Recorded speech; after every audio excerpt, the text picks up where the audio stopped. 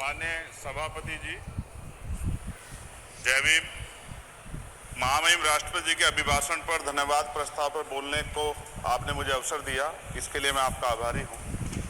सभापति महोदय, सर्वप्रथम मैं बहुजन समाज में जन्मे सभी संतों, गुरुओं, महान पुरुषों को नमन करता हूँ, जिनमें महात्मा ज्योतिबा फूले, डॉक्टर बाबा साहब अम्बेडकर, मान्यवर काशीराम साहब को मैं याद भी करता हूँ आज के दिन पर।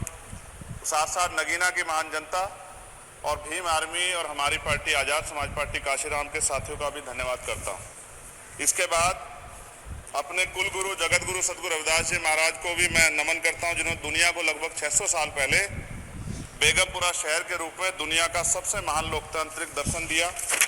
अध्यक्ष महोदय, माननीय सभापति जी, 14 अगस्त 1947 को ये देश अंग्रेजों के अधीन था।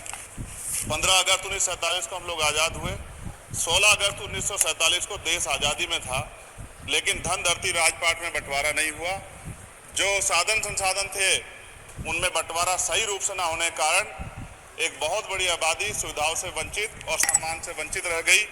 उनको सम्मान देने के लिए और अंतिम व्यक्ति तक सुविधाएं पहुंचे, इसके लिए लोकतंत्र की व्यवस्था हुई। लेकिन आज़ादी के 70 साल बाद भी हम कहाँ खड़े हैं, इस पर ये चिंता का विषय है। मैं मानता हूं कि सामाजिक न्याय तभी होगा माननीय सभापति जी, जब जातीय जनगणना पूरी होगी और जातीय जनगणना कराई जाएगी और साथ साथ संख्या के आधार पर आरक्षण जो है वंचित वर्गों का बढ़ाया जाएगा। उसके साथ साथ जब राष्ट्रपति जी अभिभाषण पे बात रख रही थी तो उन्होंने शहरी और ग्रामीण क्षेत्रों के विकास की बात कही और ये भी कहा कि दुनिया में सबसे उत्तम शहर हमारे यहाँ बने। लेकिन माननीय सभापति जी, 70% आबादी तो गांव में निवास करती है, तो गांव की आबादी के बारे में भी सोचना होगा कि उनका जीवन कैसे बदले। माननीय सभापति जी, उच्च शैक्षणिक संस्थानों में बहुजन समाज के जो छात्र हैं उनके साथ कास्ट एट्रोसिटी हो रही है, निरंतर उनकी हत्या हो रही है। साथ साथ जो सरकारी कर्मचारी हैं दफ्तरों में, उनके साथ भी जो SC ST OBC और मुस्लिम और अन्य धार्मिक अल्पसंख्यक उनके साथ भी माननीय सभापति जी जातिगत और धार्मिक जो है शोषण किया जा रहा है। इसलिए मेरी मांग भी है कि पुरानी पेंशन को भी अध्यक्ष जी बहाल किया जाए। जो कर्मचारी देश की सेवा में लगे हैं उनका भी सम्मान होना चाहिए। साथ साथ सभापति जी, भाजपा ने चुनावी लाभ के लिए सबका साथ सबका विकास के नारे दिए जो खोखले हैं, क्योंकि 10 साल में दलित, पिछड़े, आदिवासी, मुस्लिम और अन्य धार्मिक अल्पसंख्यक जो अत्याचार हुए हैं वो किससे छिपे हुए नहीं है। ये गलत है, ये बंद होना चाहिए।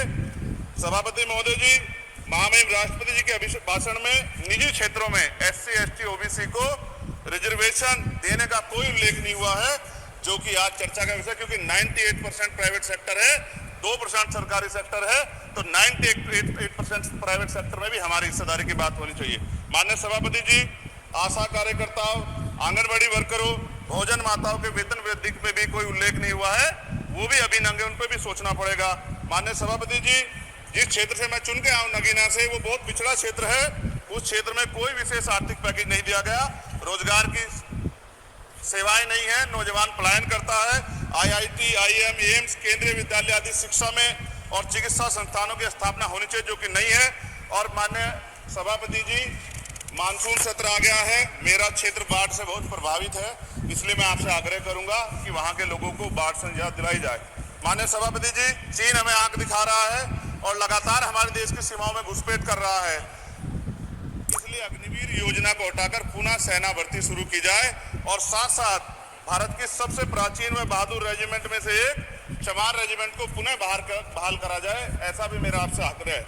माननीय सभापति जी, पिछले सारे प्रधानमंत्रियों ने मिलकर जितना कर्ज लिया है उससे दुगना कर्ज हमारे वर्तमान के प्रधानमंत्री जी ने लिया है। किसान अगर अपना कर्ज माफ कराने के लिए जाता है तो लाठी झेलनी पड़ती है, जबकि सरकार ने धन्ना सेठों का 15 लाख करोड़ रुपए माफ किया है। इस ओर हमें ध्यान देना पड़ेगा, हमारी आने वाली पीढ़ियों को ये कर्ज चुकाना पड़ेगा। माननीय सभापति महोदय जी, किसानों को MSP की लीगल गारंटी तथा किसानों का कर्ज माफ होना चाहिए। साथ साथ 2 अप्रैल 2018 को SC ST के बच्चों पे बहुत बड़े पैमाने पे मुकदमे लगे थे, वो हमारी लड़ाई सही थी, ये सुप्रीम कोर्ट ने माना और बाद में सरकार ने माना, वो मुकदमे तुरंत वापिस होने चाहिए। माननीय सभापति जी, प्रेस जो है उस पर भी शिकंजा कसा जा रहा है, जो पत्रकार सरकार के खिलाफ बोलता है नौकरी से हाथ धोना पड़ता है, और सोशल मीडिया हमारा हथियार है, उस पर तरह तरह के प्रतिबंध लगाए जा रहे हैं और विरोध करने वालों को सोशल मीडिया हैंडल भी सस्पेंड करा दिए जा रहे हैं। साथ साथ सभापति जी, पेपर लीक और परीक्षाओं के कैंसिल होने से देश के नौजवानों का भविष्य खतरे में है। नीट, यूपी सिपाही भर्ती सभापति जी और 69,000 शिक्षक भर्ती में आरक्षण घोटाला हुआ है, कोई पूछने वाला नहीं, खून के आंसू रो रहे हैं बच्चे, बेरोजगारी का दंश युवा झेल रहे हैं। इसलिए मेरा आग्रह है कि युवाओं के लिए कृपया समाप्त करें। माननीय सभापति जी, मैं पहली बार बोल रहा हूँ, आप कहेंगे मैं बैठ जाऊंगा, मैं आपकी बात, मैं संवैधानिक मर्यादा का पालन करूंगा, मगर हम तो माननीय सभापति जी सुन ही रहे हैं। आप बोलिए, 1 मिनट। धन्यवाद। 1 मिनट और बोलिए। अध्यक्ष सभापति जी, नारी सम्मान की बात करने वाली सरकार, हमने मणिपुर देखा सर, हमने पहलवान बेटियों का हर्ष देखा सर, और हमने सर हाथरस की बेटी का हर्ष देखा सर, और हाथरस के परिवार को जो